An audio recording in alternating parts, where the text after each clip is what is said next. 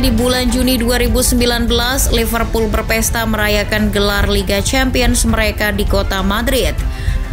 Namun, perayaan penuh sukacita itu tak disadari adalah perayaan gelar Eropa terakhir mereka hingga sekarang. Bagi klub sebesar Liverpool, tampil di kompetisi Eropa teratas adalah suatu keharusan.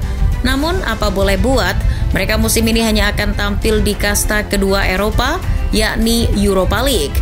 Dengan kondisi Liverpool yang lagi berbenah, apakah target meraih gelar juara di Liga malam Jumat ini adalah hal yang realistis? Lalu, seberapa besar peluang mereka juara? Liverpool musim ini benar-benar mengevaluasi dengan serius performanya musim lalu. Keterpurukan mereka tak boleh diulangi lagi. Klopp sudah bekerja keras menambal beberapa kebocoran skuadnya musim ini. The Reds tak dipungkiri banyak ditinggal para pilar seniornya yang lama berpengaruh. Fabinho, Henderson, Milner, Chamberlain, Keita maupun Firmino sudah tak ada lagi di Anfield. Klopp mau tidak mau harus memutar otak bagaimana revolusi skuadnya ini bisa berjalan mulus, terutama di sektor lini tengah yang jadi PR besar sejak musim lalu. Maka dari itu, bursa transfer musim panas ini sangat dimanfaatkan oleh mereka demi mendapatkan pilar terbaik di lini tengah. Meski bidikan mereka, Romeo Lavia dan Moises Caicedo lepas dari genggaman, Klopp nyatanya berhasil mendapatkan pemain tengah potensial lainnya seperti Alexis McAllister, Dominic Szoboszlai, Wataru Endo maupun Ryan Gravenberch. Namun apakah perombakan lini tengah Liverpool tersebut mampu berpengaruh? Faktanya, di awal musim ini langkah perombakan tersebut paling tidak sudah perlahan menuai hasil. Meski diragukan di 4 laga awal Liga Inggris, Liverpool belum terkalahkan. Bayang-bayang kehebatan pilar lini tengah terdahulu sudah mulai luntur. Para penerusnya perlahan mulai bisa menggantikan perannya meski dengan gaya berbeda. McAllister, Szoboszlai, Endo masing-masing sudah mencicipi debutnya di Liverpool sebagai starter. Yang belum mungkin Gravenberch karena datang paling akhir.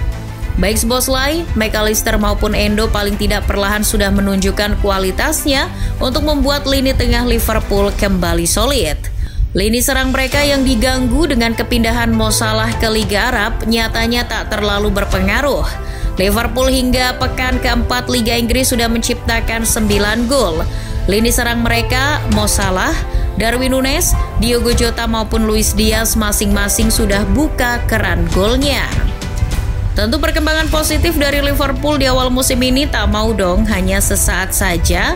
Mereka tetap akan mengharapkan konsistensi, apalagi mau menatap Europa League.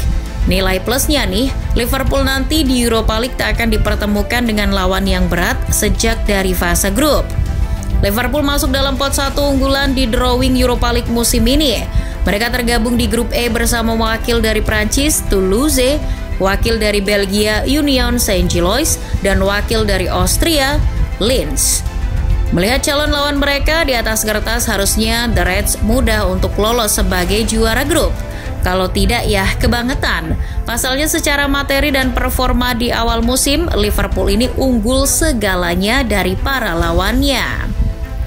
Toulouse musim lalu hanya finish di klasemen 13 Ligue 1. Untung mereka dapat tiket lolos ke Europa League lewat gelar juara mereka di Coupe de France.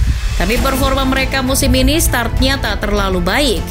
Hingga pekan keempat Ligue 1, mereka terbukti hanya menang sekali. Skuad mereka musim lalu juga tak banyak berubah, masih mengandalkan Zakaria Abdelhal dan top skor mereka musim lalu, Tich Dalia. Yang jadi persoalan, pelatih mereka berganti musim ini dari Philippe Montanier ke Charles Martinez Novel. Lawan berikutnya ada tim Australia, Linz. Mendengar namanya saja sudah aneh, jarang didengar pula. Klub ini lolos ke Europa League melalui babak playoff melawan klub Bosnia, Zrinjski Mostar. Mereka musim lalu juga hanya berada di posisi ketiga Liga Austria.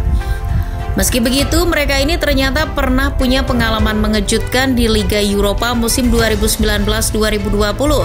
Mereka bisa tembus hingga 16 besar, namun harus kandas oleh MU. Sementara itu, Union Saint-Gilloise juga kurang lebih sama. klubnya saudara kandung Alexis McAllister, yakni Kevin McAllister ini, musim lalu juga hanya duduk di peringkat 3 Liga Belgia. Lolosnya ke Europa League juga berkat menang di babak playoff melawan tim dari Liga Swiss, Lugano. Di awal musim ini, toh mereka juga masih duduk di posisi 6 di Liga Belgia. Melihat persaingannya tersebut, bisa diprediksi bahwa perjalanan Liverpool akan mulus-mulus saja di grup ini. Yang penting pasukan Klopp jangan sampai kelewat menyepelekan. Bagaimanapun Klopp harus tetap waspada melawan klub manapun. Dalam akun resmi klub, Klopp mengatakan bahwa ia tak menyepelekan grup ini. Klopp antusias dan mengatakan ini adalah sebuah tantangan. Pasalnya selain jarang didengar olehnya, klub-klub yang dihadapinya nanti belum pernah dihadapi Klopp sebelumnya. Optimisme untuk dapat melangkah maju ke babak-babak selanjutnya pun terbuka lebar. Undian di babak knockout lah yang akan menentukan langkah Liverpool ke depannya. Di babak berikutnya biasanya akan bertemu lawan-lawan yang lebih berat. Tak hanya lawan berat di Europa League saja macam AS Roma, Villarreal, West Ham, Brighton, Leverkusen maupun Ajax, melainkan nanti juga akan ada lungsuran dari peringkat 3 Liga Champions. Tim-tim macam langganan juara Sevilla jika terlempar dari Liga Champions bisa saja menyusahkan langkah para kontestan seperti Liverpool. Apalagi ditambah lungsuran dari grup neraka Liga Champions yang dihuni PSG, Dortmund, AC Milan, dan Newcastle. Jadi Liverpool harus tetap siaga, bersiap menghadapi langkah berikutnya yang pasti akan lebih terjal. Namun tenang, Liverpool di Liga Malam Jumat ini juga punya mental tersendiri. Mereka sudah pernah merajai kompetisi ini 3 kali. Pertama di tahun 1972-73, kedua di musim 1975-76, dan yang terakhir di zaman pelatih Gerard Houllier musim 2000-2001. Penampilan terakhir mereka di kompetisi ini juga mampu tembus hingga partai puncak. Masih ingat ketika itu musim 2015-2016 yang menjadi musim pertamanya Klopp di Anfield. Tapi sayang, di final mereka harus mengakui kekalahan dari sang Raja Europa League, Sevilla. Tentu rasa sakit itu masih melekat di hati Klopp. Nah, dengan kesempatan kembali tampil di Europa League musim ini, sepertinya ini adalah waktu yang tepat bagi Klopp untuk menebus semua rasa sakit hatinya ketika itu. Toh selama ini publik Anfield juga sudah lapar akan gelar Eropa sejak 2019 lalu. Jadi, saatnya rebut juara di Dublin, Liverpool.